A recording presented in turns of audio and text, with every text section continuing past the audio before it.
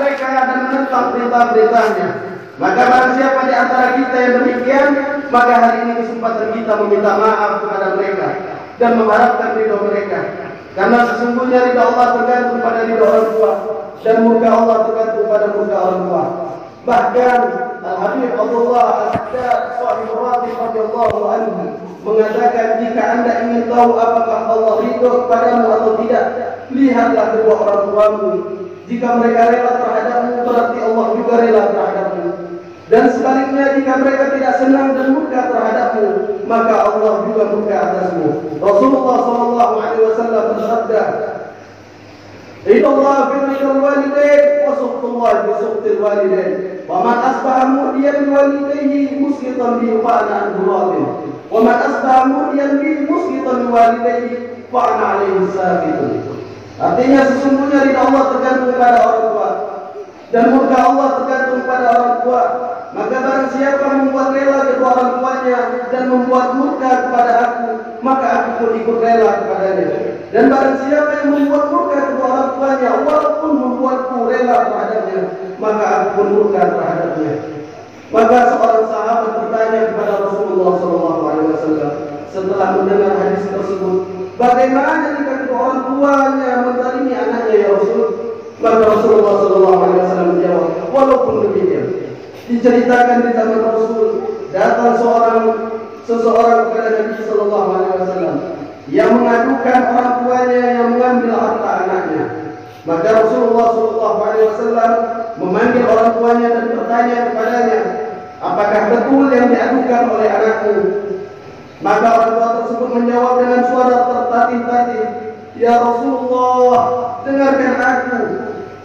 Dulu dia adalah orang yang lemah dan aku seorang yang kuat. Dulu dia adalah seorang yang tidak punya apa-apa dan aku seorang yang punya harta. Aku sama sekali tidak pernah mencegah harta untuknya. Akankah setelah aku lemah dan fakir, dia mencegahku dari hartanya?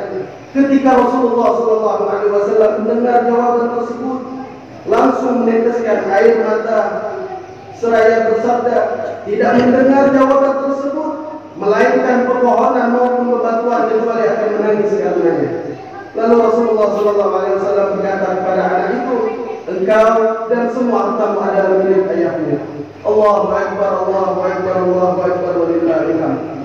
Adapun golongan yang kedua yang dilaknat oleh Allah Subhanahu wa taala adalah mereka yang memutuskan tali silaturahmi atau mereka yang memutus hubungan kekeluargaan dengan kerabatnya. Maka barang siapa di antara kita yang demikian, maka hari ini kesempatan kita menyambung kembali hubungan yang sudah putus maupun yang telah retak, supaya panjang umur kita dan murah rezeki kita. Sebagaimana sabda Rasulullah SAW, man arada an yuwasi'a rizquhu wa yatulu umruhu falyasil rahimahu.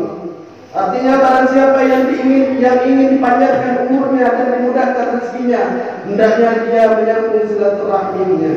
Dan sebaliknya, jika kita memutuskan silaturahmi, berarti kita harus bersiap-siap untuk mendapatkan laknat Allah.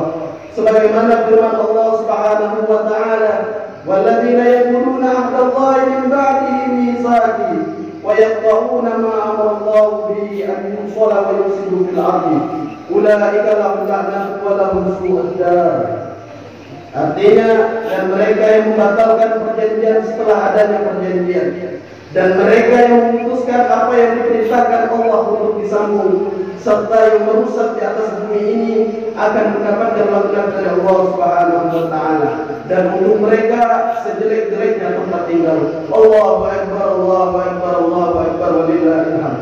Adapun golongan yang ketiga adalah mereka yang saling bermusuhan antara sesama muslim dan tidak saling tegur karenanya. Ketahuilah bahwa mereka berpeluang mendapatkan laknat Allah serta murkanya. Karena di dalam agama Islam kita tidak diperbolehkan tidak saling tegur lebih dari 3 hari. Bahkan diriwayatkan jika kita meninggal saat itu, maka kita akan mati dalam keadaan masuk neraka. Waliyadzubillah. Oleh karena itu, hari ini adalah hari di mana kita saling bermaaf-maafan. Apalagi dalam memaafkan antara sesama akan mendapatkan pahala yang tinggi dari Allah Subhanahu wa taala. Sebagaimana sabda Rasulullah SAW, yunadi munadi yaumil qiyamah liyatubu man adrahu ala Allah fala yaqumu ahad. وينادي ثانيا يقوم من آثره على الله فلا يقوم أحد وينادي ثالثا يقوم العارفون عن الناس فيقومون وهم قليلون فيدخلون الجنة بغير hisab. Artinya nanti pada hari kiamat akan ada panggilan yang memanggil supaya berdiri mereka yang pantas mendapatkan balasan dari Allah. Maka tidak ada yang bangun. Lalu datang panggilan yang kedua, juga tidak ada yang bangun. Lalu datang panggilan yang ketiga supaya berdiri mereka yang suka memaafkan sesama manusia. Maka bangunlah sebagian mereka dan jumlahnya sedikit. Kemudian mereka dimasukkan ke dalam surga tanpa hisabnya Allah Subhanahu wa taala. Semoga kita termasuk golongan tersebut. Amin amin ya rabbal alamin. Allahu akbar, Allahu akbar, Allahu akbar, walillahil hamd. Adapun golongan yang keempat adalah mereka yang suka mabuk-mabukan dengan minuman-minuman keras maupun dengan obat-obatan terlarang. Ketahuilah bahwa mereka nanti akan mendapatkan siksa yang pedih dari Allah pada hari kiamat nanti. Sebagaimana sabda Rasulullah sallallahu alaihi wasallam, yukhraj syaribul amri min qabrihi wa huwa anqanu min al-difaq wal mut mu'alliqun bi unuqihi wal batn bi yadihi wa yumna'u ma bayna jildi wa lahmi hayyatun wa aqarib wa yulbasuna 'ala al-yadri min ra'sihi wa yajidu qabruhu hukratan min huqar niran taridu fir'aun wa haman. Artinya nanti para peminum khamar yang akan keluar dari kuburannya dalam keadaan baunya lebih busuk dari bau bangkai. Sedangkan kendi berada di lehernya dan wajah berada di tangan mereka. Sedangkan di antara daging dan kulitnya akan dipenuhi dengan bermacam-macam ular dan kalajengking serta akan dipakaikan sendal yang terbuat dari api yang membakarnya sampai ke ubun-ubunnya. Dan kuburannya akan menjadi liang dari api neraka dan akan dikumpulkan dengan Fir'aun dan Haman. Sahabat Ibnu Mas'ud radhiyallahu anhu berkata, jika para peminum khamar meninggal, jika kita gali kuburannya, maka akan kita dapatkan jasadnya telah memutarkan kiblat.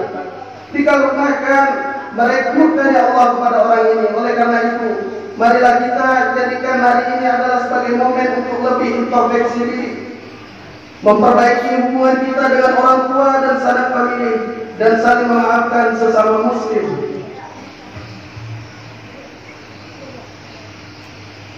Serta dijauhkannya dari lingkungan kita dari minuman-minuman khamar serta obat-obatan yang terlarang.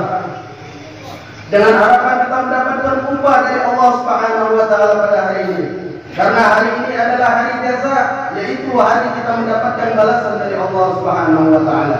Sebagaimana sabda Rasulullah sallallahu alaihi wasallam, "Idza kana yaumul Idul Fitri, waqafatil malaikatu ala abwabil qubur." Fanadu uqtu ya ma'syaral muslimin ila rabbin karim yamunnu bil khairi thumma yusibu alayhi al-jazir. Laqad umirtum bi qiyamil lail faqumtum fasiyamun nahari fasumtum wa ata'tum rabbukum faqtum bi jawahidikum. Wa idza sallu nada munadin ala inna rabbakum qad ghufira lakum farji'u rasina ila rihalikum. Artinya, jika tiba lebaran, jika datang bulan Idul Fitri, maka para malaikat berdiri di ujung jalan seraya berkata, pergilah kalian wahai kaum muslimin kepada Tuhan kalian yang Maha Pemurah yang akan memberikan kalian kebaikan ini serta pahalanya yang banyak, karena kalian telah diperintahkan untuk sholat malam, kalian telah melakukannya. Kalian diperintahkan untuk berpuasa, kalian juga telah melakukannya. Dan kalian telah menanti Tuhan kalian, maka ambillah balasan kalian. Maka tatkala mereka selesai melaksanakan sholat Id, maka ada panggilan yang seru, wahai kaum muslimin, ketahuilah bahwa Tuhan kalian telah mengampuni dosa-dosa kalian. Maka berpulanglah kalian ke rumah masing-masing dengan gembira. Allahu akbar, Allahu akbar, Allahu akbar, walillahil hamd. Akhirnya dalam kesempatan hari raya Idul Fitri ini, pada hari yang agung ini, marilah kita keluarkan kewajiban kita berupa zakat fitrah.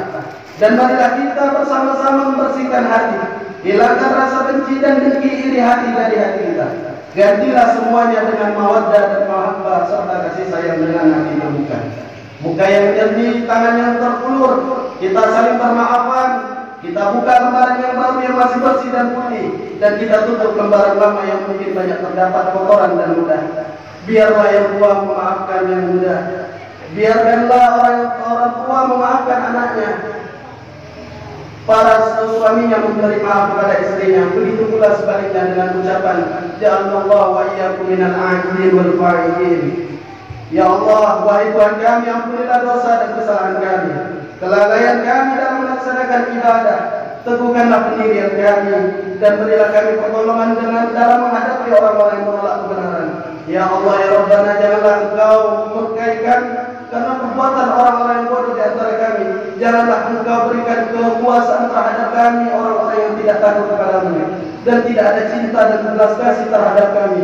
Ya Allah, Engkau Maha Pengasih dan Maha mengabulkan segala permohonan. Ya Allah, ya Rabbana, berilah kami umur panjang dalam keadaan sehat walafiat serta taat kepadamu, dan tutuplah usia kami dalam keadaan Islam dan iman, serta jadikanlah ucapan akhir hayat hidup kami dengan kalimat la ilaha illallah, dan bangkitkanlah kami beserta para uliamu, para syuhadamu bersama baginda Rasulullah SAW. Amin amin ya rabbal alamin. Ja'alallahu wa iyyakum minal 'abidin wal fa'ilin wal maqbulin. Berdoa wa antum bi khairin. Amin. Bismillahirrahmanirrahim. Wasairu ila maghfiratin min rabbikum wa jannatin 'arduha as-samawati wal ardh uiddat lil muttaqin wa rabbil warham wa anta khairur rahimin.